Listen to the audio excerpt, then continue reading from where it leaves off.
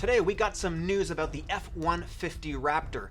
Also, potential Lexus returning to the V8 with an ISF and LCF. Stick around, there's a lot of news today. Hello, my name is Eric. I make videos for car, truck, and SUV enthusiasts. If that's you, slap a like in this video, subscribe if you're new, and let's get into it. The first story comes to us from Ford Authority, and apparently the new Raptor is only going to be offered in one configuration, at least with respect to the number of doors that you get, and that is the glorious number 4. And that's because people have been not really ordering the 2-door so much. So it's only going to be available in a Super Crew configuration. And that is because of the super low sales numbers of the previous generation Raptor. So sorry, I think the 2-door looks kind of badass personally, and I think that's kind of my choice, but everybody's been ordering the 4-door. So if you want the 2-door, you know, blame your neighbor who ordered the 4-door. That's just sort of the way it's going down right now. This is coming officially directly from Ford, of course. One of the biggest changes to the new F-150 Raptor is the rear suspension. So instead of a leaf spring setup, which has been in place forever on the F-150, now we get a multi-link rear end, a 5-link rear end, and they're going with Fox shocks again, but now they've got some new Fox shocks which have thicker valve bodies. It has, I guess, sort of like a 9-zone damping type setup, these are adaptive shocks, by the way, and they've stiffened them up a little bit, and so now we have a 1-inch shaft as well. So a lot of improvements to the rear of the truck, and this should help it in high-speed running and basically just be able to be more adaptive to the terrain. The interior, of course, is dramatically revised. Now we're getting the interior from the current F-150, which has a lot of updates, and I think it looks pretty nice. We've got a full digital dash. Overall, the interior is a lot more modern, and it sort of has gone a little bit upscale. And let's remember that the Raptor really is not a utility truck per se. This is not something that you're going to be hauling a ton of stuff around on the farm on weekends. This is something that you're going to go off-roading with. So Ford has decided to take this thing a little bit upscale overall. Now we know in terms of power, we are getting a 3.5-liter EcoBoost V6. We don't quite know what the power is going to be yet, but it has a 10.5-to-1 compression ratio. It's got some high power fans, so for additional cooling, and it's got a new exhaust system, which should sound pretty good. Ford has confirmed we are going to get a V8 Raptor. It's going to be launched a little bit later this year. We just don't know that much information about it yet, unfortunately. And the rear differential, you're going to get a standard electronic locking rear differential standard, but a Torsen limited slip in the front is going to be available as an option.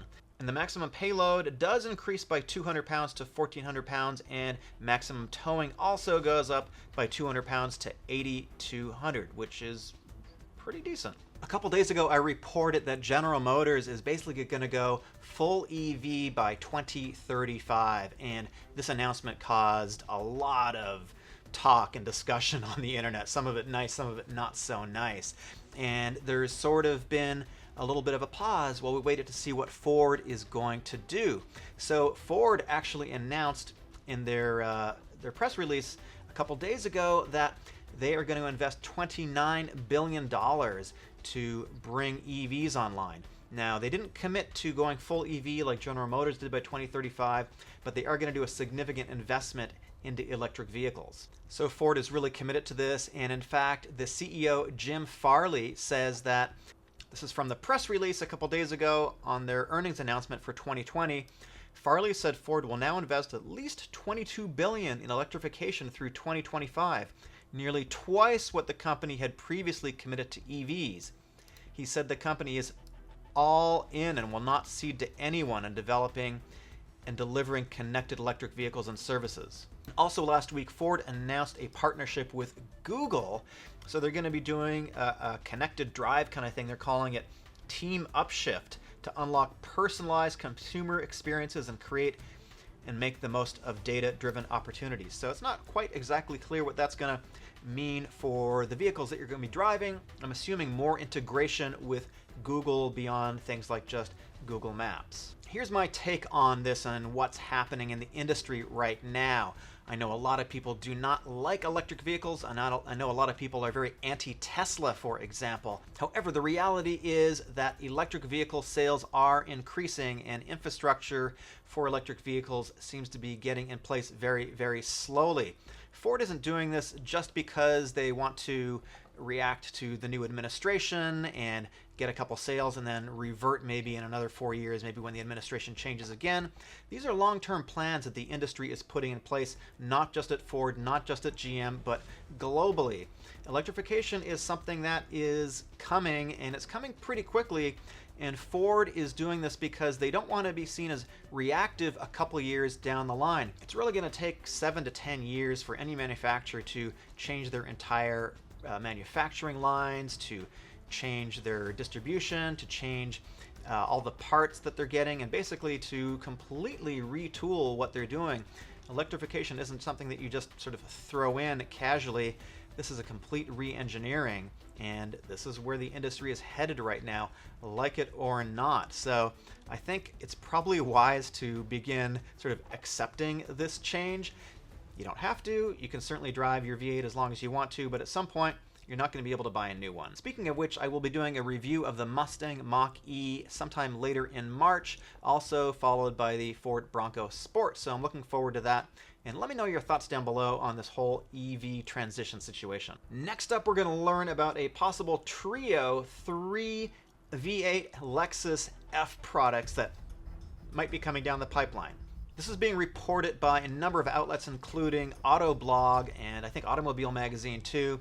And they are claiming that Lexus is going to debut a trio of high-performance V8 F models, specifically the ISF, the LSF, and the LCF. I recently did a full review of the Lexus IS 350 F Sport.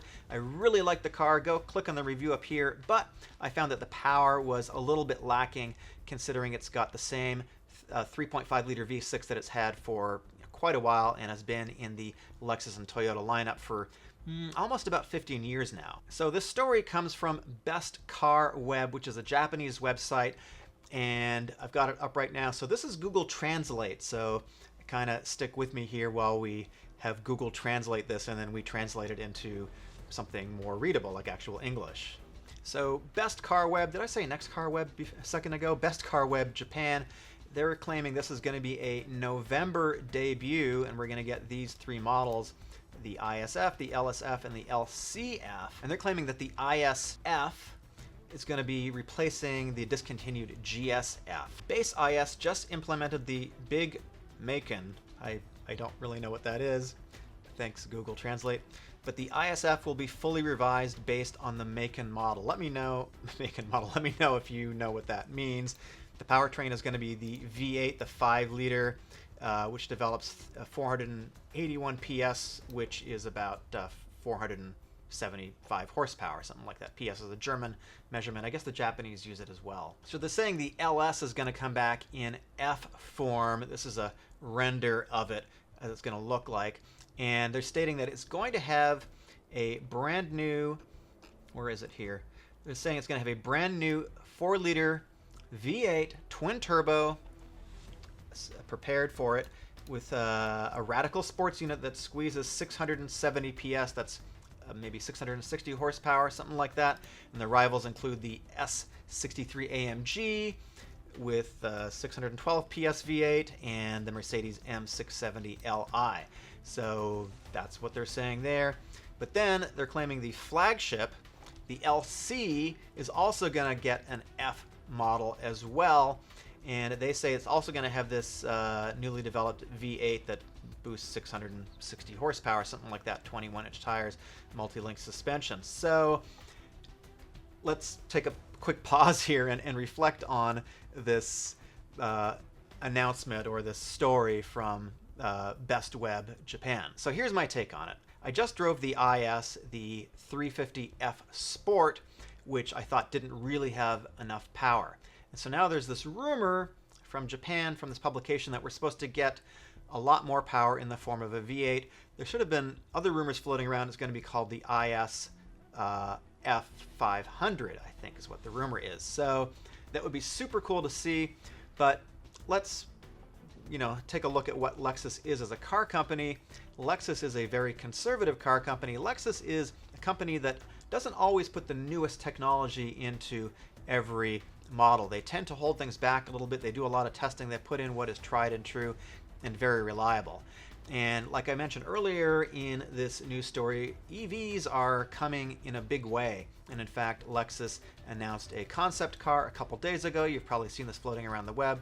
They've got some new branding. Lexus is essentially rebranding themselves with a new logo. It's going to be Lexus on the car instead of the classic L, and a whole bunch of other things. And there's been a lot of talk about electrification, so we're pretty sure that Lexus is going to be announcing an electric model SUV at some point too. So are we going to get a return of the glorious V8? I don't know about that. Best Car Web Japan has, in my opinion, a rather mixed track record of accuracy in the past. They've reported a number of things which have turned out not to be accurate, so I sort of take this as the TMZ, so to speak, of car media. Maybe TMZ is more accurate, and I'm not trying to say anything bad about TMZ, but you sort of get the idea. This is a little bit speculative here. So again, this would be super cool to see. I don't think we're going to see an LS with this crazy bodywork, even though it would be super awesome to see that. The LC is not a big seller. In fact, let's look at the sales numbers and see if this sort of helps prove my argument. So these are the 2020 sales numbers for Toyota. This column are the 2020 sales specifically. Here we're looking at Lexus, and if you look at the LC, which is here, looks like they sold about 1,300 of them in 2020. They sold about 3,600 of the LS. So not a large sales volume of vehicles. And just for reference, here's the Supra. It looks like they sold about 5,900 Supras in 2020. So the LC is obviously probably the smallest selling Lexus product right now. So is Lexus really going to put a ton of effort and money into selling something, into updating something that is a pretty small seller and is probably not even that profitable? It's more of a halo vehicle, I think, for Lexus, sort of like the Supra is a halo vehicle for Toyota. So not too sure about this, not too sure about this report. Let me know down below what you think and what your thoughts are. I know we spoke a lot about electric vehicles in this episode. Right now, I've got a review sample of the 2021 Toyota CR-V Prime, which is a plug-in hybrid. It's super cool, so stay tuned for that. Stay tuned also for more car news. My name is Eric. I will see you in the next video, and please subscribe if you're new to the channel.